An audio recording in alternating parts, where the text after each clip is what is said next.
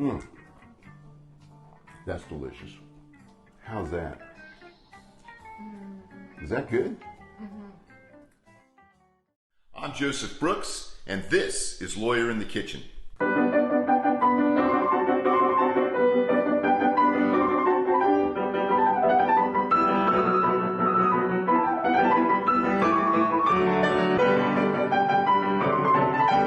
Welcome to Lawyer in the Kitchen.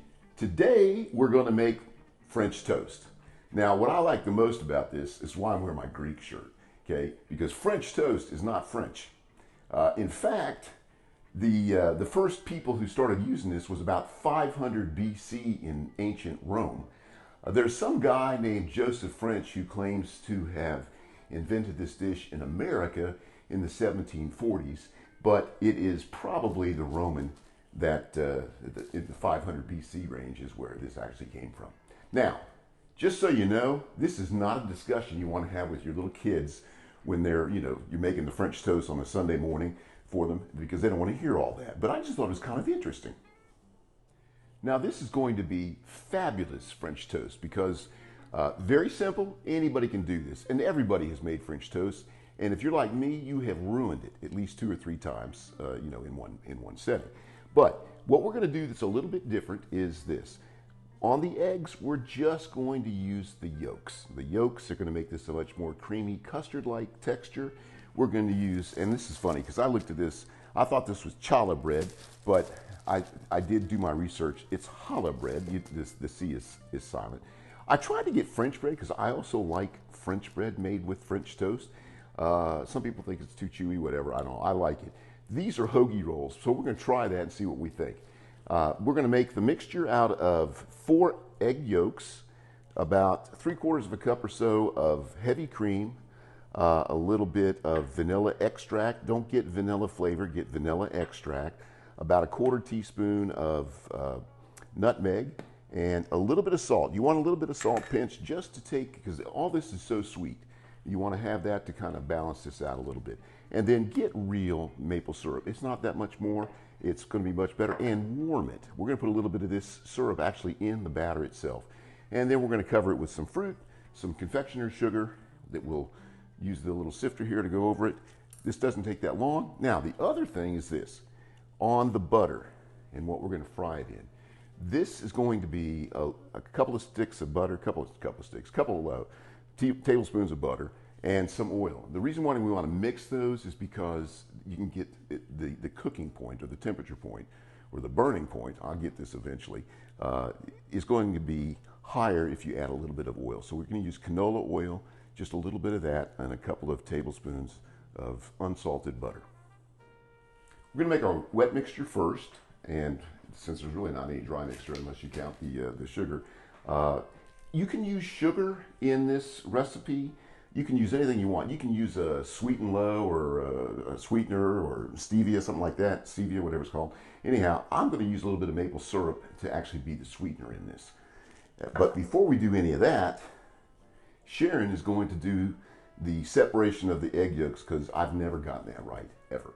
All right, so we're going to get these eggs separated. Let's watch this technique.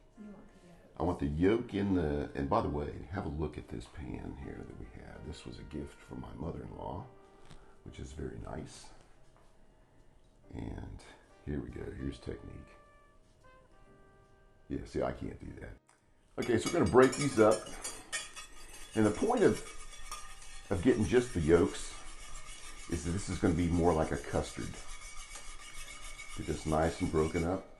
We're gonna put a little bit of vanilla extract in, about 1/4 teaspoon. Now I don't do this very often, like measure stuff, but I'm going to do that on this one, and that's good on that. Now the other stuff I'm just not going to measure. That's just, we don't need to do that. All right, this is nutmeg, about 1/4 teaspoon of that too, and that looks right. Now, you don't have to put this in if you don't like nutmeg. I've always liked nutmeg. And a lot of people call for about the same amount of cinnamon. And it's like everything you make. Everybody's got their own way of doing it. And all you got to do is do it your own way. That's probably closer to a half. What do you think? I think that's enough. You think it's enough? I think too much cinnamon is too much. Okay. This is going to be in place of, this is going to be our sweetener.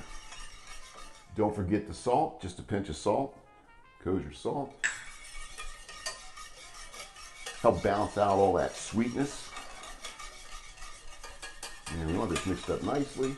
I think I got everything in here, except for about 3/4 of a cup of heavy whipping cream. Don't chintz out on the fats here.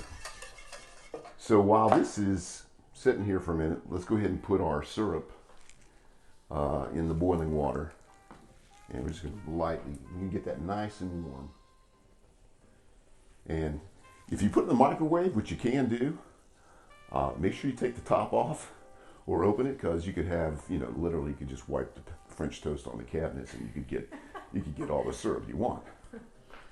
All right, so now we're going to put this right here, because this is going to be messy otherwise. And we're going to cut our bread. All right, this we want to be about 1 inch to 1.25 inches thick. Some people say 3/4, so it's whatever you want, but this will be room for the bread to absorb. You can make this 2 inches if you want to. Looks like we've had some bread stolen already. And what we'll do the rest of this most likely is feed our birds. They don't care about the kind of bread. How's that bread? It's good. It is good. All right, so we got those. And we're going to try this on the Hoagie Rolls. I'm going to cut these on what's this, the bias? Is that what you call it? Anyhow, about a 45-degree angle. Still make this nice and thick. And that's going to be enough. We'll try this and see which ones we like best. All right, going to have some butter. I went ahead and put this in the microwave for about 15-20 seconds, just so it isn't so hard. And mostly I did that not for the pan, but for the when we put some butter on the French toast once it's done. We're going to put in about 2 tablespoons of butter in our pan. And you want your pan to be, now this is important here. You want the pan to cook on a medium low to low flame, or medium low on your electric stove. And you want to go ahead and get the pan all the way up to temperature. So we see this all melting and moving around, and then we have it right. This is looking good. You want that to be warm. Go ahead and heat that pan all the way up. Now here's another thing people disagree with. Some people say just throw it in, turn it, put it in the pan, and then you're done. I like to soak it. And with a thicker bread, you should be fine. Anywhere between 10-20 seconds here on this, and then we'll flip it, and then we're going to put it in the pan. That's a nice sound. Okay, I like to move them around a little bit. All right, so 2-3 minutes, but we're going to have a look at it. That it's not even close. All right, here's another thing to do, is go ahead and put the top back on it, and then twist it around a little bit so that the whole thing gets nice and warm. Then take your top back off, because otherwise, like I said, you'd be putting syrup on from your cabinets. So it's been 4 or 5 minutes. We're going to flip this. Look at that. That's looking nice. Make sure there's plenty of butter underneath it. And then right about now, put your oven on about 250, because we're going to make some more. And now, when I used to cook this for my little girls, I would, as soon as one set was done, they would start eating. And then I'd just make the next set until we got done. But in this instance, we're going to cook the other 2. And so we're going to put them in the oven. It'll also give them a little chance to crisp up just a tad more and keep them nice and hot. These are done. We're going to put these on the pan, put them in the oven.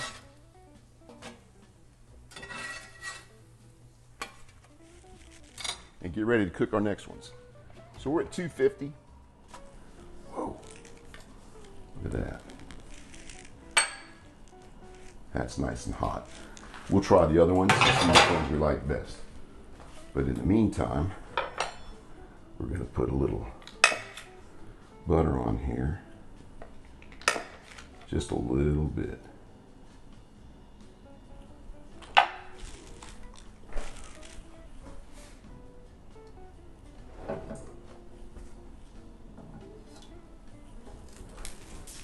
A little bit of syrup.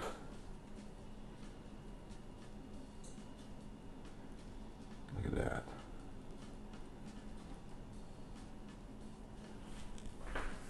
A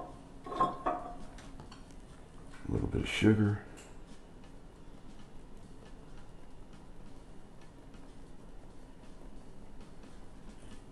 And a little bit of fruit. We got raspberries, blackberries, and strawberries. Yeah, I can get those words out. I'll figure it out here. We're going to try this. Get a corner over here. A little bit of fruit. Look at that. Isn't that nice? Oh. That's delicious. I'm happy with that. It's rich, custardy. You want your bite with a strawberry? Here you go. Oops. All right.